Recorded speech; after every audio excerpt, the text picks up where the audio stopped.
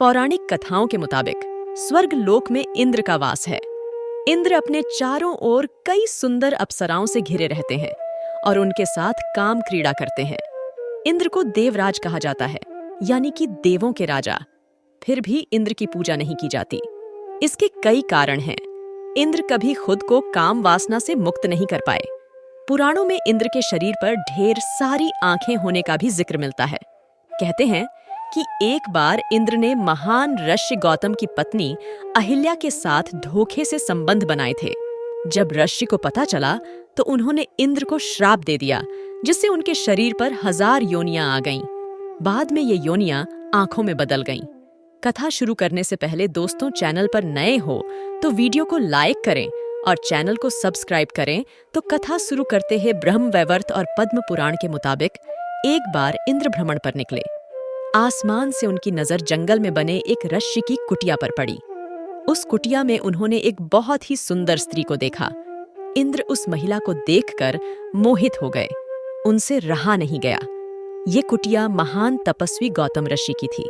जिस स्त्री को देखकर इंद्र मोहित हुए, वो गौतम ऋषि की पत्नी अहिल्या थीं। वैसे तो इंद्र के देवलोक में कई खूबसूरत अप्सराएं थीं।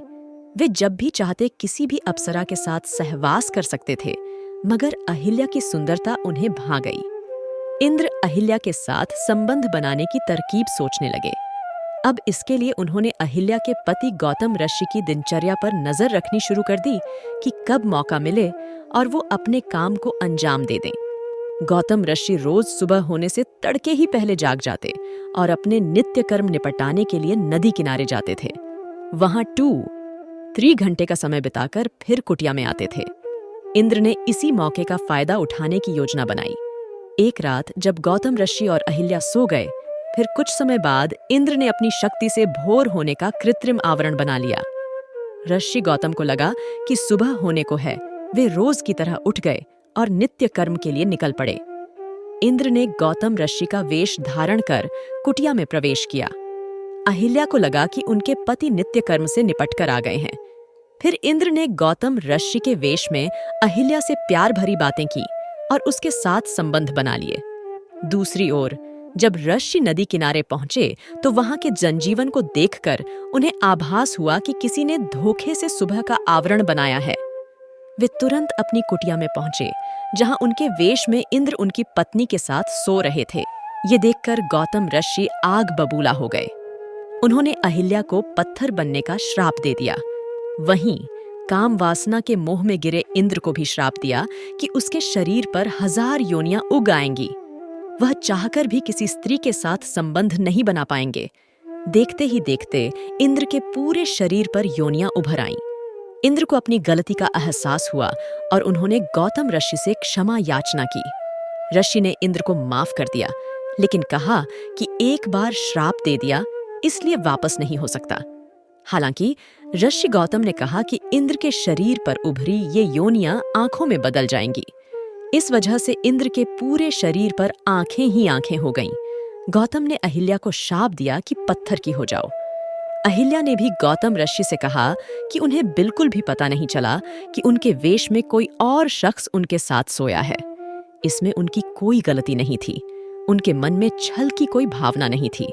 गौतम ऋषि ने अहिल्या को वरदान दिया कि कालांतर में भगवान विष्णु का अवतार तुम्हारे पास आएगा और उसके छूने से तुम फिर से पहले जैसी बन जाओगी।